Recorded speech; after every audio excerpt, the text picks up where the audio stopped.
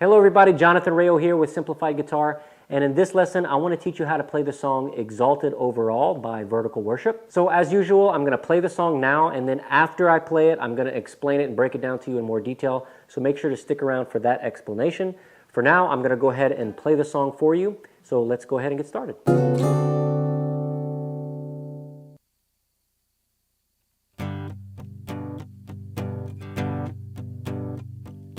Heaven's throne, you came to us and set your heart upon the cross.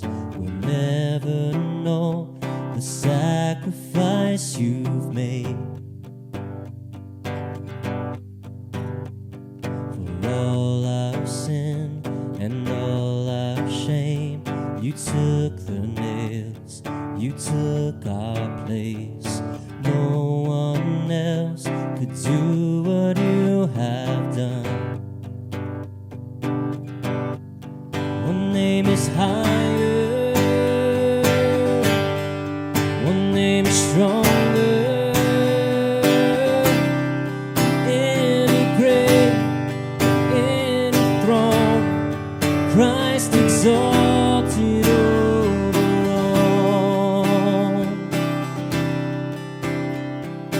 From the grave where death would die, you rose again and brought us life. You're reigning now, the Savior of the world. You're reigning now, the Savior of the world. One name is higher, one name is stronger. Any grave, any throne, Christ exalted over all. The only Savior, Jesus Messiah. To you alone our praise belongs. Christ exalted over all.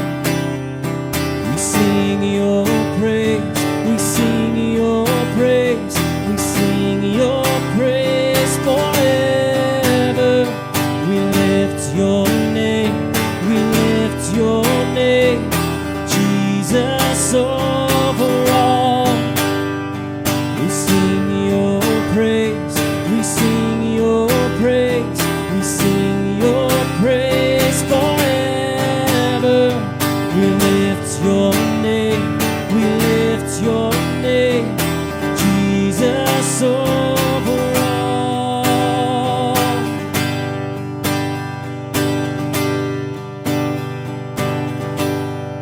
One name is higher,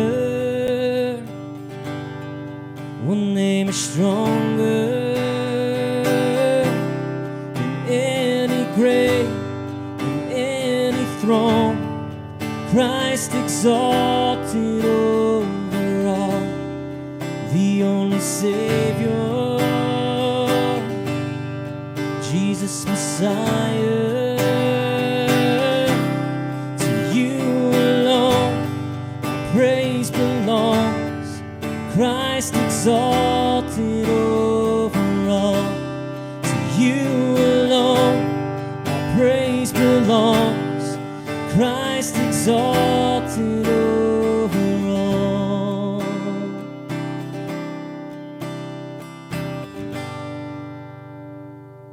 All right, so this song uses 4 chords from the G chord family. We're going to have the G chord, the C add 9 chord, E minor 7, and D over F sharp.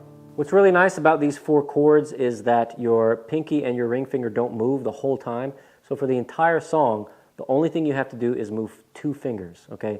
So that makes transitioning a little bit easier. Of course, your ring and pinky finger might get tired pretty quick, but at least you don't have to transition so much. During the chorus of this song, we reach a G over B, or G slash B. And what we want, as we're playing the acoustic guitar, what we want to accomplish with that chord is we want to make that B note prominent. Okay, the B note needs to be prominent, even more important than the G, even though we're playing a G chord. So to play a G over B, all we're going to be doing is muting the low E string. So this finger, my second finger on the 3rd fret of the E string, is my G note.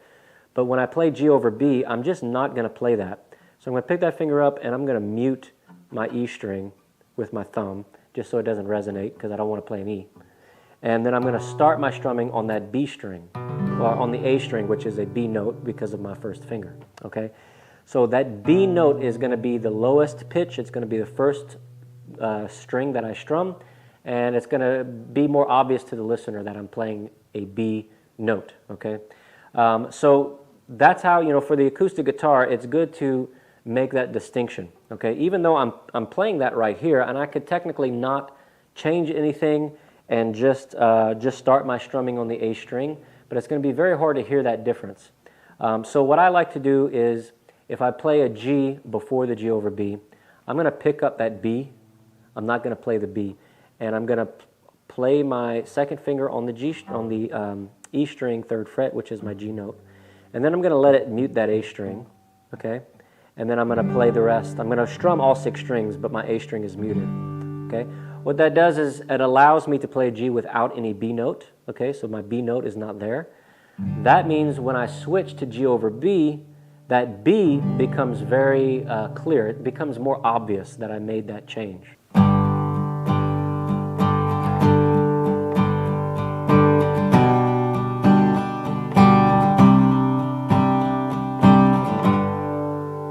The strum pattern for this song is called the hyperdrive pattern, and it's going to be an 8-beat strum pattern, meaning we're going to have 8 beats before the pattern repeats. Okay. Now we're going to have all down strums. Okay, so every beat we're just going to strum down, and then we're going to throw in an up strum after beat 8, and that's when the pattern repeats after that up strum. Okay. Now what's very, very important for this strum pattern is where you put the emphasis. Okay, so you have to put the emphasis on beats 1, 4, and 7, okay, to make this strum pattern work. That's very important.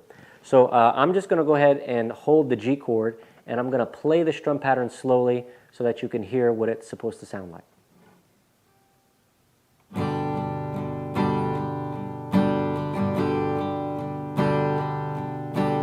1, 2, 3, 4, 5, 6, 7, 8, and 1, 2, 3, 4, 5, 6, 7, 8, and 1, 2, 3, 4, 5, 6, 7, 8, and 1. All right, I hope you enjoyed this lesson. If you did, please give it a thumbs up. Don't forget to subscribe to the channel, and I hope to see you in the next lesson. Take care.